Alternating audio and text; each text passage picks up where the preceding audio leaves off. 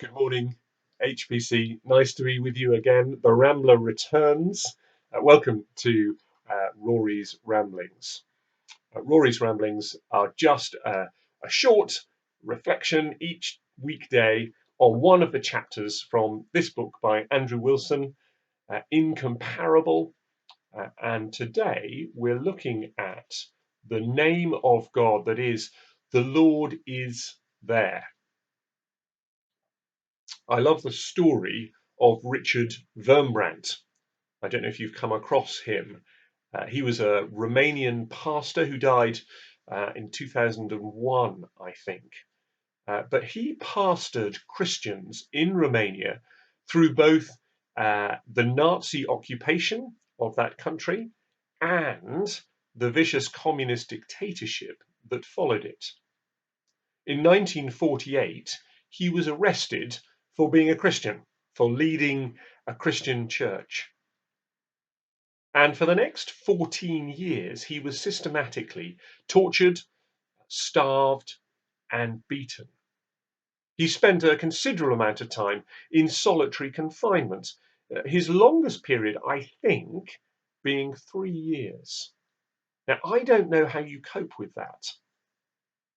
But he said, and I think it's astonishing, he said, during his solitary confinement, the very walls of his cell shone with Christ.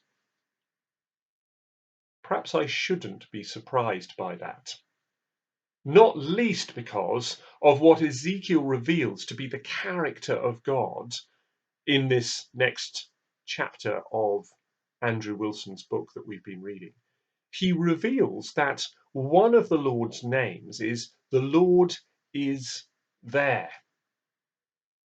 He says to a people who feel cut off from their God, from the temple, from the place where God had promised specifically to meet his people, a people who are far away from the land that God had promised them, away in exile in Babylon, surrounded by foreign people and foreign gods, and feeling alone.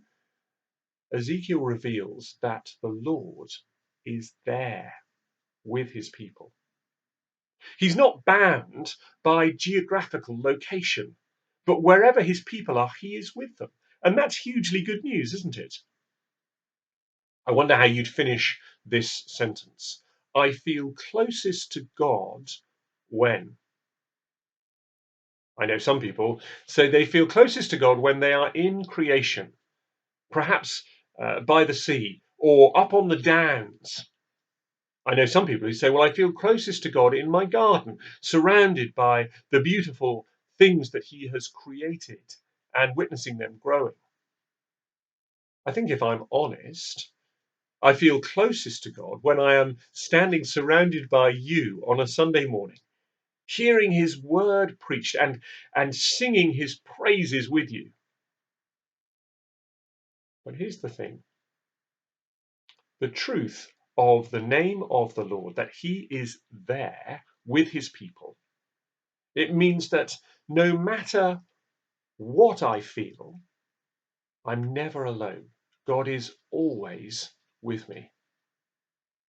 So whether I'm acutely aware of his presence, surrounded by you on a Sunday morning, or whether I feel dejected and alone, that doesn't change that God is still there. God isn't bound by lockdown restrictions. God is not confined by the fact that our church building is locked up, that we can't meet together. He's with us. In fact, by his Spirit, he lives in us. He's with us in rooms we're fed up with. He's with us under restrictions that we feel burdened and bored by. We're never alone. And he will never abandon us. Even if we wander away from him, he sticks closer to us, closer than a brother, the Bible says. He has pledged himself to us. He will be with us. He is there. Andrew Wilson finishes by saying this. Sometimes circumstances will be really tough, and it may not feel like God is with us, but it's still true. Whatever we are doing, He, the Lord, is there. I pray you will be encouraged, strengthened, and blessed by that news. Have a really good day.